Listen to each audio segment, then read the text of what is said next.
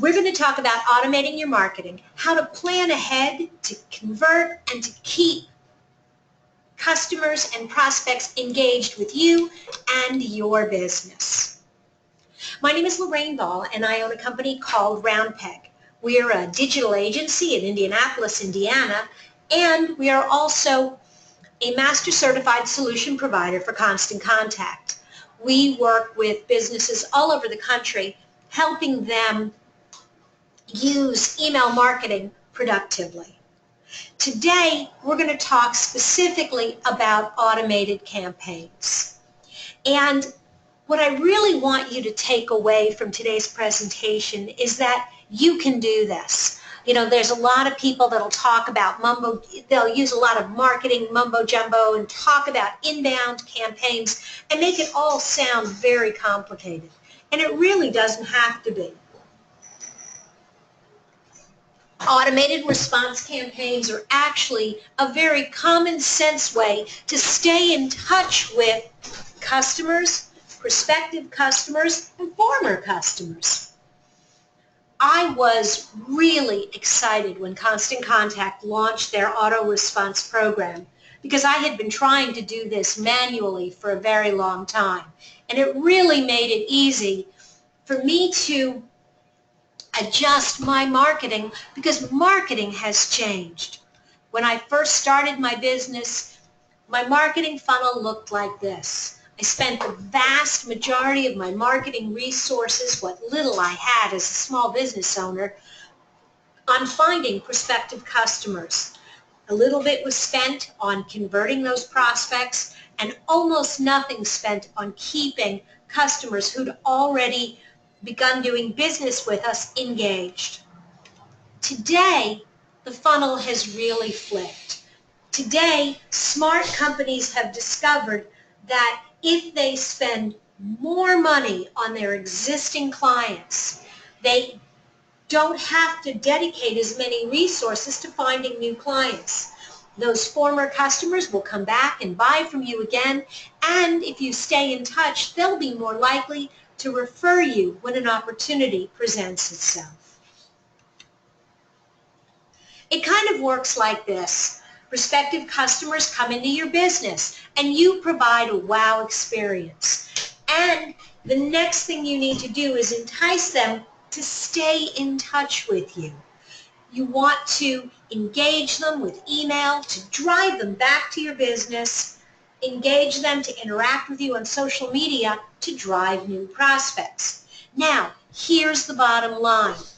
If you don't provide a wow experience, none of the rest of this will work. And so I'm going to start this presentation under the assumption that you guys have got that part of the equation nailed down. And what we need to be focusing on is how do you stay in touch? How do you get people to interact with you and come back time and time again? How do you get them to share information on social media so you can reach new prospects and other customers? Automation tools are really the key. Basically, when you create an automated response campaign, you get interactions from customers and prospects. You get people to click and download something. You bring visitors to your business. You get them to schedule appointments and encourage phone calls. And it's not a one-sided thing, because when you're using these automation tools, your customers get things. They get coupons and discounts. They get access to information, videos and guidebooks and tips that they will only be able to find from you. They'll get access to support and assistance because now they've got a direct connection to you on an ongoing basis. So automated tools and good automated marketing is actually a win-win. It's good for you and it's good for your customers. When you're starting to think about whether or not this makes sense for you, there's some things that you should keep in mind. First is that 91% of people check their email every day. Think about that. 91%. If you want to reach people, if you want to put a message in front of a prospective customer, they may or may not see it on television. They may not drive down the street where your sign is or pick up a newspaper, but they read their email every single day. 82% of people surveyed said they will sign up for email on brand websites. Now, they won't sign up for every email update everywhere they go, and so you need to make your offer compelling to encourage them to sign up. And 72% of them will sign up expecting discounts. This is typically the case.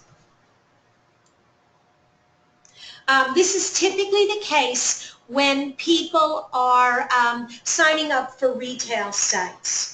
I had a question about the slides for today's program.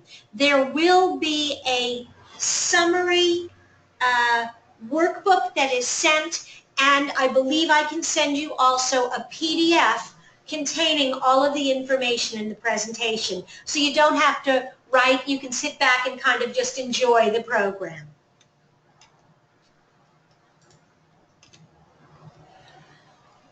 $44.25 is the average return for every dollar spent on email marketing. The source for this was an organization called Salesforce.com, which is one of the largest email marketing companies, and they do everything from they really do a lot more on the larger side. Their customers tend to be enterprise organizations, companies with thousands and thousands of employees. And so that number may not necessarily be exactly true for you, but I'm going to guess it's fairly close, because for small organizations using Constant Contact, if you're only spending $50 or $100 a month for your subscription, and you're reaching 2 or 3 or 4,000 people with your offer, it's pretty easy to start getting the kind of return that they're talking about. And this I have totally seen in action. Email marketing will typically drive 30% higher conversion rate than social media. 3 times as high. So if we send out an email campaign and we make the same offer on Facebook, I almost always will have 3 times as many people clicking on the button for my email as I do my social media. This is not to say that one is better than the other, but recognize that you're re-engaging people who already know and love you with the email, and that's why the conversion rate is higher. A couple of terms you should keep in mind during today's presentation. The first is an autoresponder. This phrase is used to describe any kind of pre-designed automated email template. It might be a birthday email, it might be a series of emails that follow up after a transaction. Date-based triggers are specifically emails that go out on an annual date. It may be, like I said, a birthday greeting.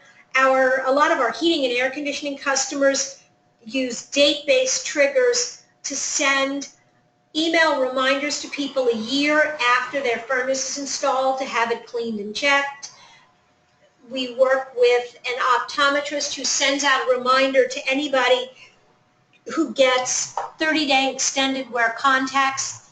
They get put on a program and they get a reminder every 30 days to change their contact. And that's driven off the first date that they get signed up in the program.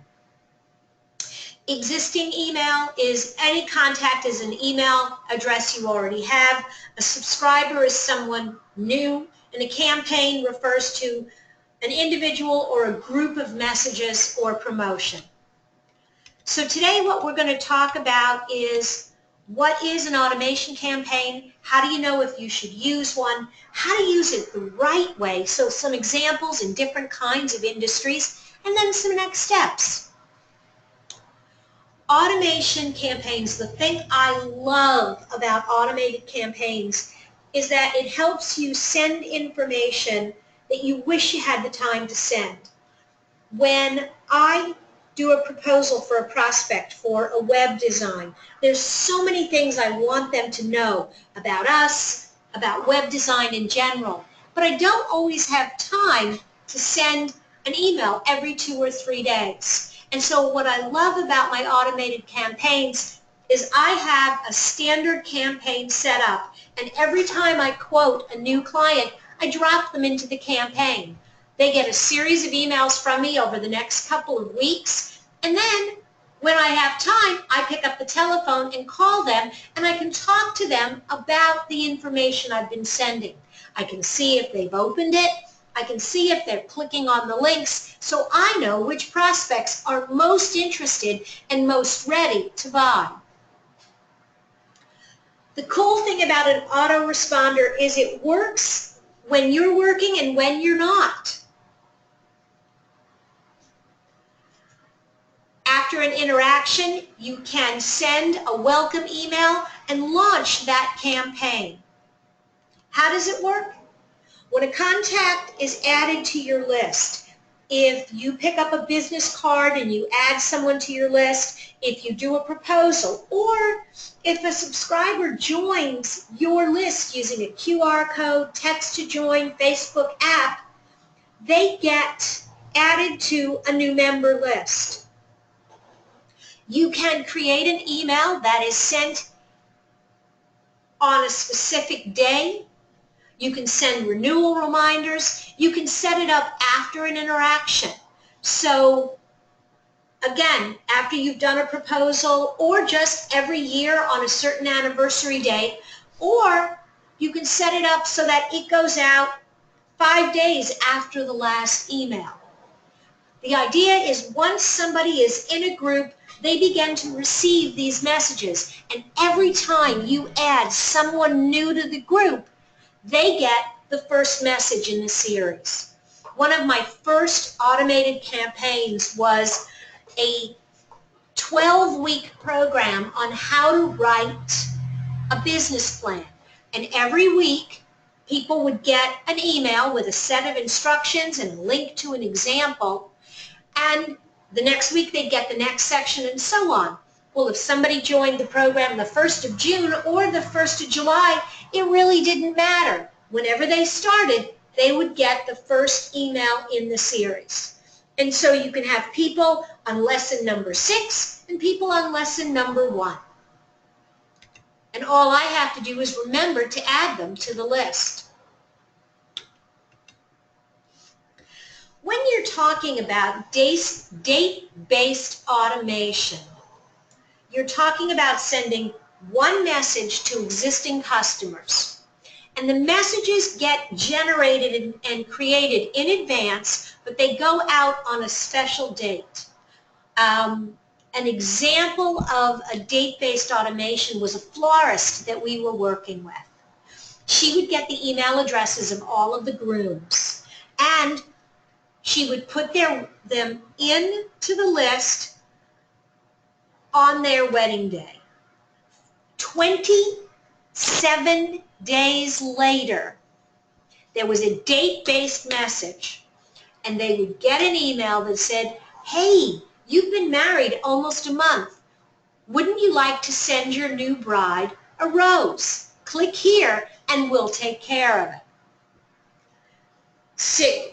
Right before their 6-month anniversary, and then again right before their 1-year anniversary, they would get another email with each time more and more expensive flowers.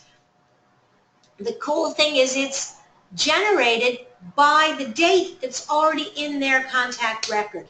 That date becomes their anniversary date, and then they get the message, and after the first year, they get that reminder every year. With a list join automation program, it's different. Here, what you're doing is you're sending a series of messages in a series, like my proposal story. The messages start when the prospect joins the list, and the trigger is the subscription. In both cases, there are a couple of rules that are the same. The first is that you create the messages in advance. They are short and sweet and what we call evergreen. And by that I mean they are good no matter when you send them. So I would never do a message that said, now that summer's here, because I don't know if someone is going to join my list in January or June. And the other thing about drip campaigns, about automated campaigns, is there is one call to action. You're going to be sending, you can send a series of messages.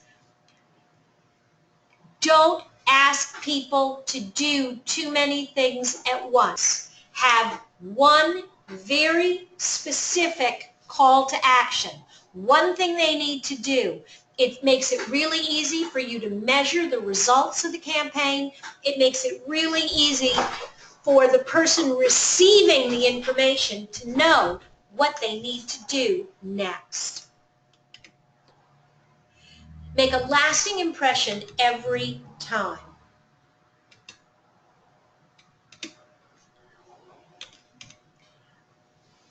One of the ways, kind of the way this whole process works is somebody visits your website, you send them an offer or an incentive to join your mailing list, and make it easy. Don't ask them for their entire life history. Ask for the minimal amount of information. You want to get them into the campaign. When they subscribe, they start getting autoresponders, so they get information right away. If they've requested a coupon, that coupon should be delivered to them immediately. And then when they take action, they read the white paper, they watch the video, they bring the coupon into your store, now you can kind of continue that conversation. When people download one of our white papers, we're going to follow up in a day or two and say, hey, we noticed that you liked this piece of information. Did you know we also have this? If somebody participates in one of our webinars, we'll send them a link to a workbook. If somebody downloads a workbook, we'll invite them to attend a seminar. What I love best about auto-response programs is I can see who's really interested, who's engaged, who's ready to go to that next step. And I can focus my energy on those people. How do you know if you should use an auto-response campaign? Here are a few simple questions, and I'm going to kind of give you a little bit of a hint at the beginning. Pretty much, I think auto-response campaigns can work for just about any business. But if you find yourself sending the same introductory information over and over, if you find that from time to time you forget to send information to customers or prospects, if it's important to you to make customers and prospects feel valued, if you really want to create that great lasting first impression, well then autoresponders can help you do these things. If you have different audiences, or if you want to start segmenting your audience, so you get a group of people that you send an email to and 25 of them click on the link. Well, now you know you've got this population that's more interested in a certain kind of information. Autoresponders help them, or help you give them more of the kind of information they want. If you've got seasonal, quarterly, annual reminders, again, autoresponders are a great way to make sure that the right information and the right contact and content is delivered to your contacts when they need it most. And it's not always about selling. Sometimes it's just about staying on their radar screen. We now send information fairly regularly to companies that when we design their website. But when we first started doing it, we really didn't. And so not too long ago, I got on the telephone and I started calling some of my former clients, and I found that several had redesigned their websites. They had hired other companies to do the work instead of coming back to us because we hadn't done a good job of staying in touch. Trust me, we don't make that mistake with any of our clients today. And you shouldn't either.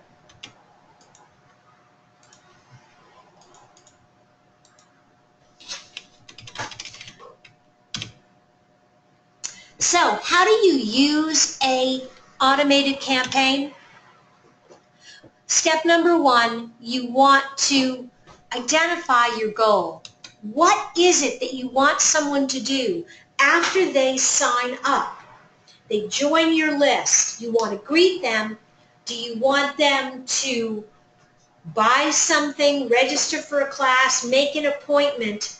Identify what that goal is up front so that you can build the appropriate communication and the appropriate emails to drive that action. In the case of this little Half Moon Yoga studio, when people sign up, they get a coupon for 20% off their first class because the owner of the studio knows if someone comes in one time, they'll come back again and again. Make it easy for people to sign up. If you have more than one list, make sure you let people check off which lists they're interested in. One of the nice things I like about Constant Contact is when you create these sign-up forms, you do not have to show people every list. You can pick and choose the ones you want people to sign up for. And you can now segment your list by what people are interested in. So you've got all these people who signed up, but you can see that the first guy is interested in general information, product guides, and blogs. The next person really only wants to know, when do you have an event and can I get free shipping? The next person, special offers, event announcements. And so now you can begin to create groups. When you're running a promotion for free shipping, well, now I'm going to invite him, and I'm going to invite this gentleman, this woman, and this guy. The other people I may not mention. When we're running events in specific markets, I don't send an email announcing a seminar that I'm running in Indianapolis to my contacts all over the country. As much as they like me, most of them are not going to drive in to come to the class. And one of the things that I found is when you send information that's not relevant, people unsubscribe. And so today I have an in-town list and an out-of-town list. My out-of-town list gets information about my webinars, and my local list gets information about programs we're running right here in Indianapolis. As you're thinking about creating an automated response campaign, you need to think about what it is you're going to offer, what's going to entice someone to sign up, and what's going to keep them interested. One of the first, well, here are a couple of ideas. Number one, you can record a video or an audio series using your smartphone. Unbelievable how much people will watch simple little videos. They'll watch them on social media, they'll watch them in the email. You can create a story or a project and distribute it in installments. We do a lot of work with food clients, and we'll send a series of special recipes to people who have signed up for our organic list or our vegan list. We do employee profiles. We share photos from events. So if you are running a festival or if you have an event, sending out photos, again, a few at a time, getting people to look at them. Invite people to share their photos and then turn around and put those in the next newsletter. Link to informative blog posts. Some of this content as you are thinking about it, what you want to think about is, will someone give me their email address to get this information? Ebooks and webinars and podcasts, I give away all of my training material and all of my workbooks for free. All I ask is that you give me your email address. That way I know that you're interested and we can stay in touch. That gated content is really the key to building your email list, creating value that people, no matter when they come to your website, will look at that and go, ooh, I want that. Make it easy for them to sign up to get it. Handouts, cheat sheets, how-to guides, and then coupons and promo codes, free consultations, and even gifts. These are just some of the things that you can offer people to encourage them to sign up for your newsletter.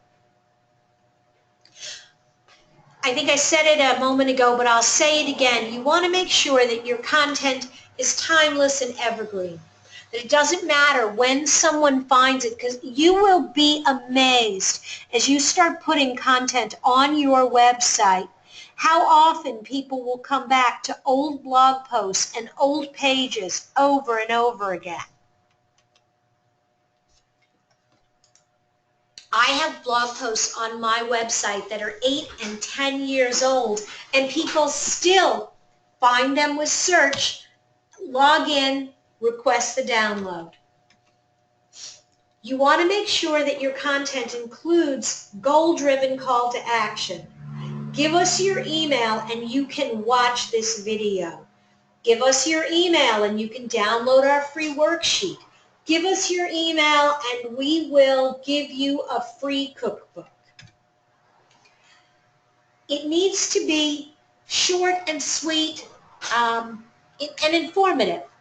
It should be your best content. It should be the kind of thing that makes someone say, ooh, I want that.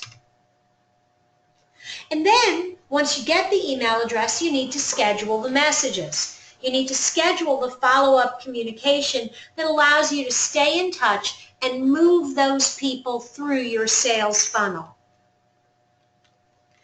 Does the message need to go out weekly, monthly, bi-weekly, occasionally? The truth is it's going to vary based on the industry that you're in. For example, when we work with heating and air conditioning contractors, if they come in and give you a proposal on Monday, we tell them, make sure you send a follow-up email on Monday, Tuesday, and Wednesday. Why? Because we know that in that industry, people stay in the purchase mode about 72 hours. If your air conditioning is not working, you do not wait 2 and 3 weeks to make a decision. On the other hand, I signed up for an email list at a retail store, and I figured I'd get a coupon once a month. I got an email every day for 3 days. It probably would have gone on indefinitely, but I unsubscribed because it was too much. So think about how often is appropriate. If you're following up after a sales presentation, I typically schedule my emails every 5 days. More than that just feels a little desperate and a little needy. So here's an example of how an autoresponder campaign might work. And I'm actually going to go through 3 of these for 3 different kinds of companies. The first is Liberty Jane Clothing, and obviously they're a B2C company. This is their calendar. They have a regular email newsletter here and here, and they have another regular newsletter here. The Autoresponder series is here. And it could just as easily be, could start on the 1st or the 14th. But their Autoresponder series is actually 5 emails right in a row, and then a follow-up about a week later, or about 4 days later. So here's Liberty Jane. They sell trendy designs for dolls and daughters. They basically sell clothing patterns.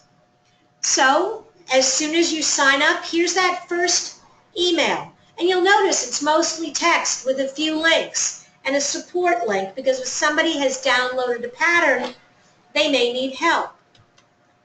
The next day, they get an email with links to all of the social media. Personally, I think this is, again, maybe a little too much. Remember I said one call to action? If I was doing this campaign, I would pick one social media platform and figure that the others I'll promote later. Here's some more, and the next day it's some specific information. Let's go back and take a look at that schedule for just a moment. Welcome email, social media, partner and reseller, introduction to a specific product, a promotional code, and then a week later they do a tutorial. So people who get involved with Liberty Jane Clothing, what these guys have decided is they very quickly want people to start using the pattern and feel comfortable. So you've got an informative piece, another informative piece. These are actually blog posts on the website. This is a special coupon. This is more reaching out on social media. So again, there you've got some of that content. And you'll notice the format, these are not very formatted. There's not a lot of pictures. It's pretty simple and straightforward. And here's the Pixie Packs page. Here's the promotion. You get that $3.99 discount. And then a week later, hope you know, it's been a week. Hope you're enjoying it. Did it go well? Give us a buzz. Here's some free tutorials. And so now she can back off. Now people will only get emails from her about twice a month. For a B2B company, you'll notice that the Autoresponder series is a little bit more spread out. Again, you don't have that rush to get them engaged. So the series looks like this. Somebody joins, they get a request to connect on social media, more of a blog, a promotion, and then they're ready to kind of just start receiving regular communication. Here's the website, and here is the offer. It's a very kind of in-your-face sign up now, but you'll notice it's very simple. Name, email, that's it. And now you sign up, and you get a welcome email with the company logo, picture of the person who's sending it. This goes out right away. Now, in this case, this gentleman has a series of videos that he has embedded into the email to walk people through the process. Again, he's really trying to get people to get excited and engaged in the program. And the videos are all very short, and you can click and watch them. You'll notice that his next email, there actually are 2 more videos. Again, I probably would send one video at a time. I think that people have shorter and shorter attention spans, and so I would actually keep them a little bit shorter. And then again, he has 2 more. He can look and he can see who's opening the videos, who seems to be engaged. That's going to tell him who he needs to pick up the telephone and call. This is a really nice example because this is a not-for-profit that's trying to get people engaged and committed. And in this case, committed is making contributions. So somebody joins and they get a welcome email. Then they start to get some very informative, a video from the founders, information on their cause, more of a promotional email. The request for social media comes later, and then this is the sales pitch, where to donate and how to donate. What does this look like? Here you go. Here's the website, the email, and this is really, I think this is a really nice campaign. Very simple branding, one email, little bit of information, and a button for our story.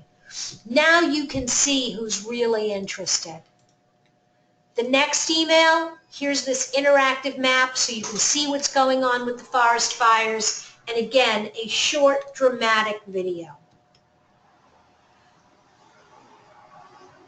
Next, they start telling a story about their volunteers. And again, if you want to see more, there's always that one button.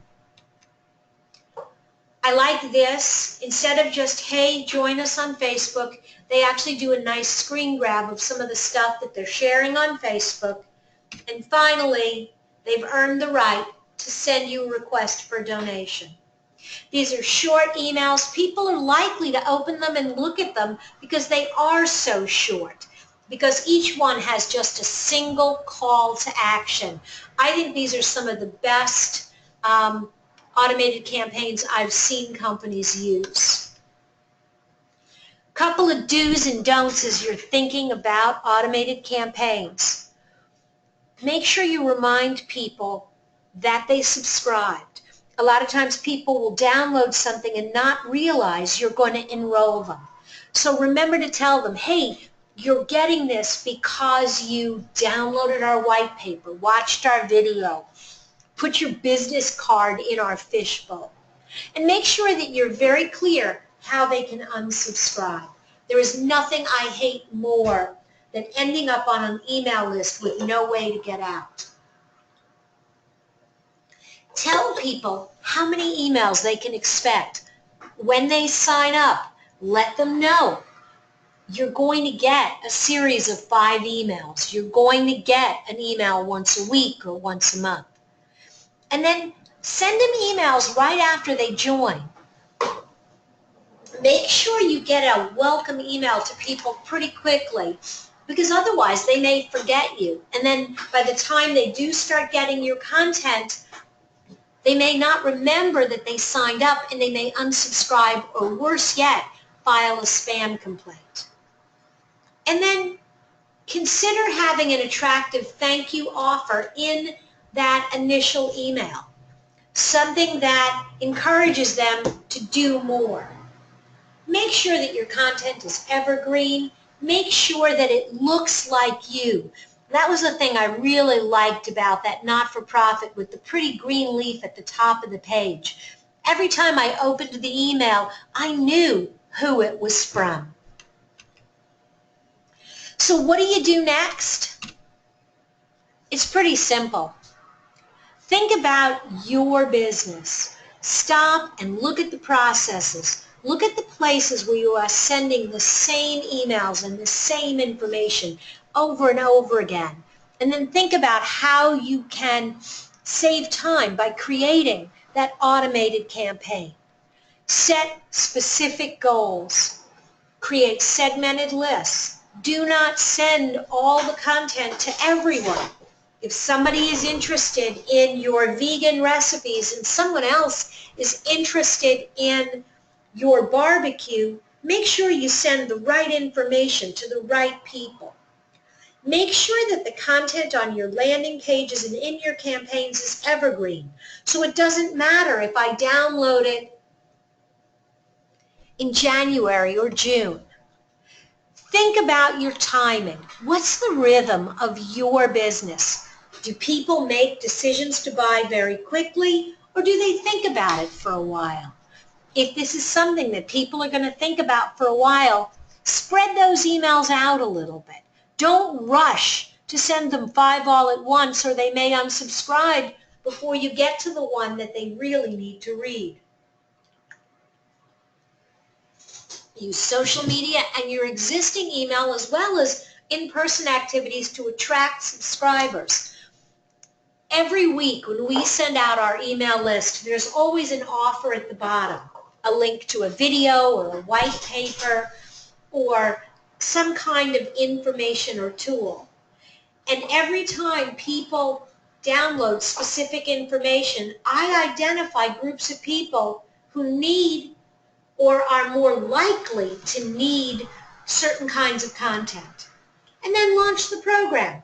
Pay attention to the metrics. Look at which pieces of your campaign work and don't. This is one of the things I really like, is I can go in and look at a campaign that's been running for a long time, and I can see how many people got the campaign, how many people opened it, how many people clicked.